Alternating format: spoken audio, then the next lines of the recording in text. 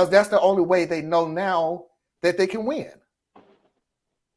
So it isn't their arguments anymore. It isn't their presidents. It isn't their policies. It's not their procedures. It's none of that stuff. They have to water down democracy to win. Period, point blank, in a discussion. They have nothing else, and they've shown you that they don't. So we need to tighten up, folks. The next generation is doing fucking better than we are doing. Mm-hmm. That's a damn shame. We can't even show the new generation how it should be done because we just waiting for that shiny knight to come across that horizon and save us. Meanwhile, the people that we raising doing a better job than we doing. That says something, though. It says something that we have effed up this country and this world so much that they're afraid this is what you're leaving me. And if I don't take care of it now at my early age, I'm going to be in a fucked up situation. Mm-hmm. My 10-year-old nephew is very cognizant of environmental matters. He can describe to you where pollution comes from in the different form. It's a different world. Sorry. So one thing no, go ahead, Ann. I'm sorry. No, I was done. Oh, one thing I said, I took a couple notes, but just on that last piece. So the youth are always the change agents, right? They haven't been through life yet. They haven't had hopes, aspirations, and expectations, dulled or beat down or watered down, so it's natural that they do this. In fact, they're kind of like the 70s generation, like, because everything's a cycle. So they're like that group of kids, right?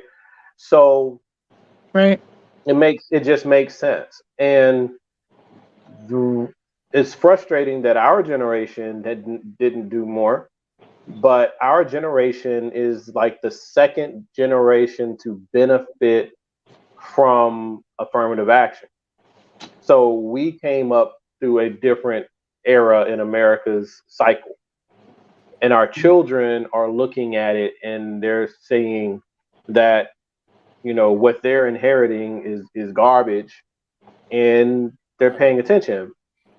But I want to go to some of my notes. One of the things I want to say about the Ohio thing, to me, there's still bad messaging going on here. So I get why the focus is on abortion, right? That's what you always hear. Whenever they bring up this thing, they talk about abortion. But so I guess in a way that is almost good messaging, but it's obscuring an important point, I feel. So abortion is a topic that is a rallying topic. It's a mobilizing topic. You guys are going to hear me say this a lot. Mobilizing and organizing, two different things. Yep. So it's a mobilizing topic.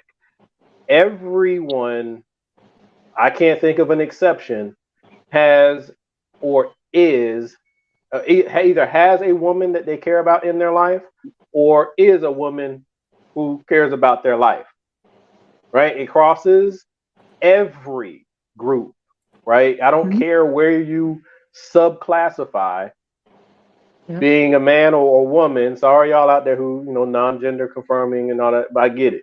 But that's not talking about y'all right now, so hold tight. We're talking about sex, not gender. Right. The basic building blocks is male and female, okay?